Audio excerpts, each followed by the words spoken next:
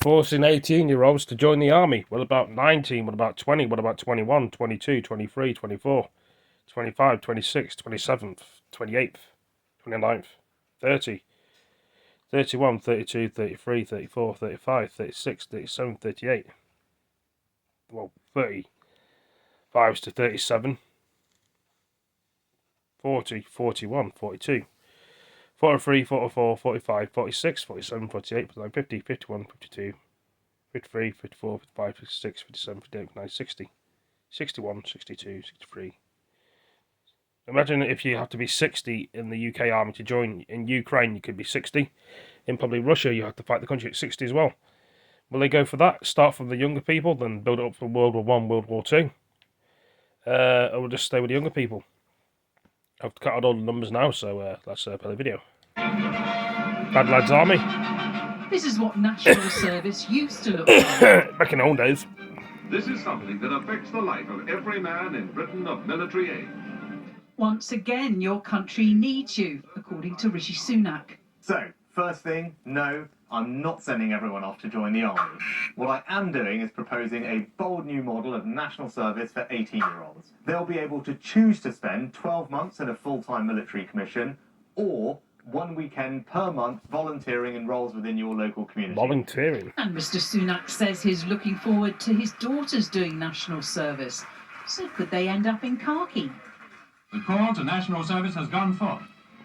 Only 30,000 of the brightest and Some best people don't would buy have it, but there we go. military placements, according to the Conservatives. The rest would be expected to volunteer 25 days a year.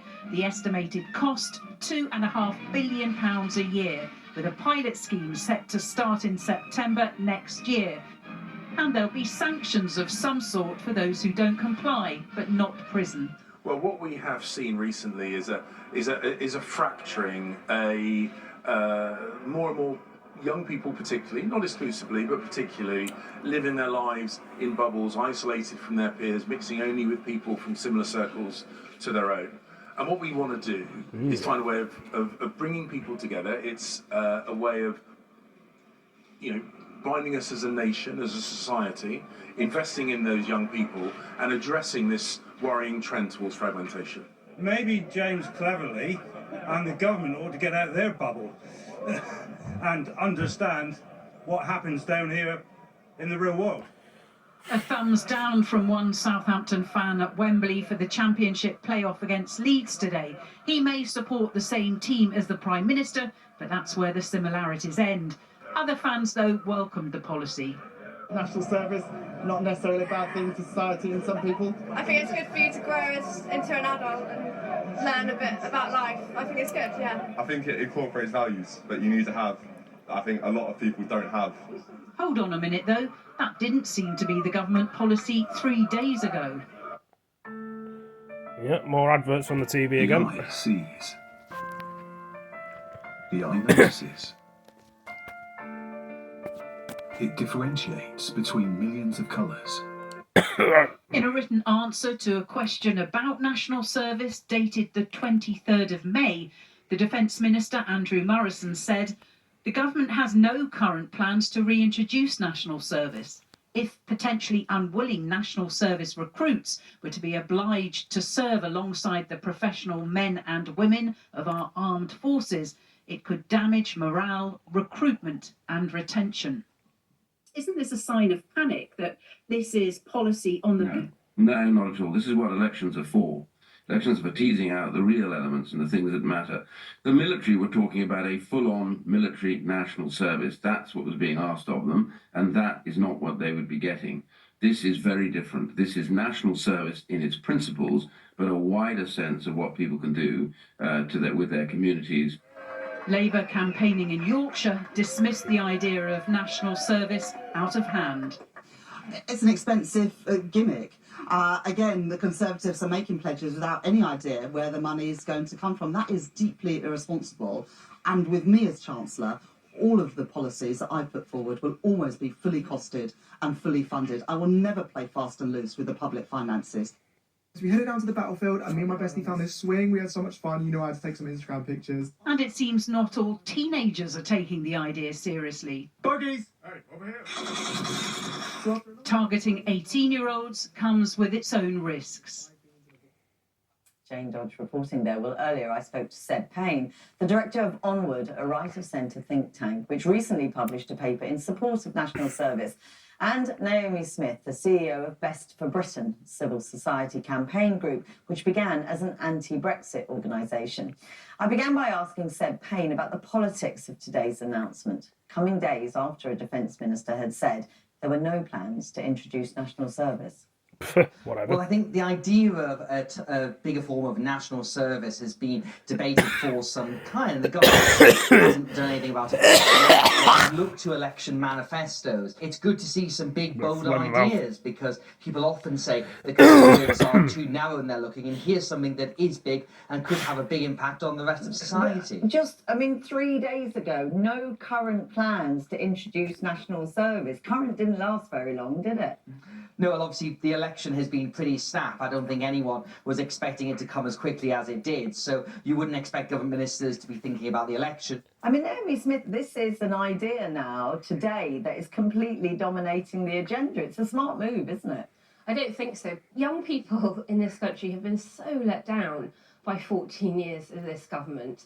They're the first generation that aren't going to be as well off as their parents. They can barely afford rents, tuition fees are skyrocketing. If they're still at schools, there's a teacher crisis. And of course, parents and grandparents don't particularly want to see their children being sent off to do mandatory military service or the volunteering scheme. So I don't think it has landed well for the Conservatives. And of course, Labour, Liberal Democrats and Greens, on the other hand, are offering young people something very tangible. Well, I think if you're going to judge how this landed by what people say on Twitter, that maybe not be wholly representative of who this policy is targeted to and the wider country. And ultimately, this is about trying to unlock the talent and potential of a younger generation who feel that, are disconnected, unmoored and alienated from society. Well, Seb talks about this being a Twitter issue. No, it absolutely isn't. When you look at what this government has done for young people, of course, one of the fundamental things it's done by pushing through its extremely hard form of Brexit has been to take away their opportunity to live, work, study across 27 other European countries visa-free.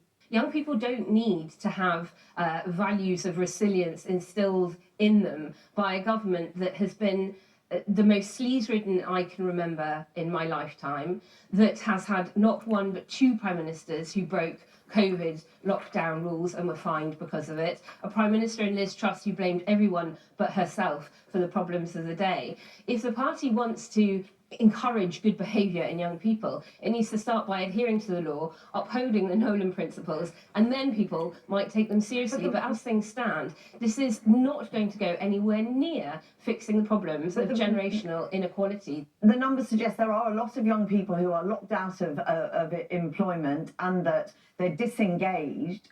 Young people need opportunity. They need to be able to have good, well-paid jobs. And the system as it has been proposed today, as I've read it, is that you can either do the mandatory national service, for which military service, for which you would be paid, or you can do unpaid voluntary work 1 weekend a month. Now, there is a clear divide there in terms of which demographic young people will go towards each one. Well-off children who don't need to earn the money, who come from backgrounds where their families will be able to support them, will of course choose to do the mandatory volunteering 1 weekend a month, whereas those from poorer backgrounds will have no option. So, Payne, that is perfectly a valid assumption to make, isn't it?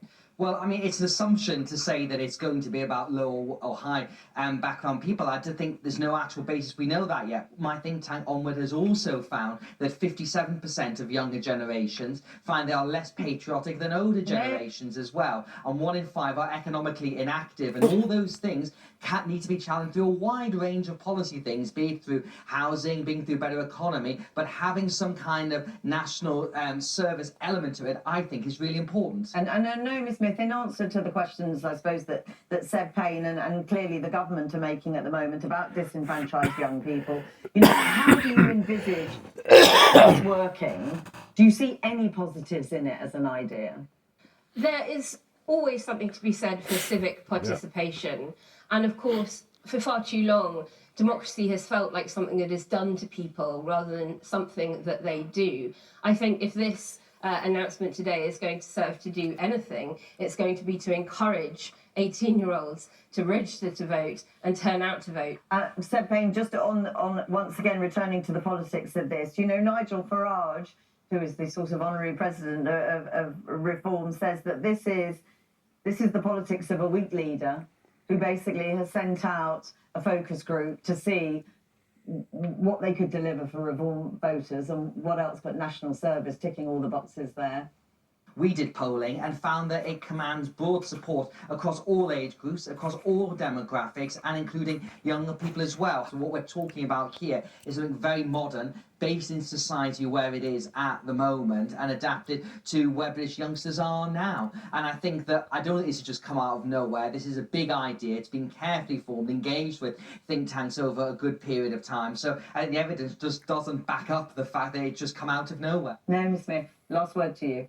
Well, most military leaders will tell you the last thing they want is a bunch of reluctant recruits that have been forced to be there. The government really hasn't spelled out how much this is properly going to cost, where the extra barracks are going to come from, how they're going to feed these recruits. All they've talked about is a 2.5 billion cost, 1.5 billion of it coming from the levelling up funds that were meant to replace the lost EU regional development funds. So clearly the government has decided to abandon the levelling up strategy with this, and this is an ageist policy that is going to punish the young, to chase the votes of a very small number of older voters who almost certainly did not serve themselves, given that you had to have been 18 by 1960 to have done conscription before now. Well, much more to talk about on this. It's clearly got everyone talking. Naomi Smith and Seb Payne, thank you so much for joining us. What do you think about that? Guys, girls, ladies, boys, girls, it's something you want or you got no choice.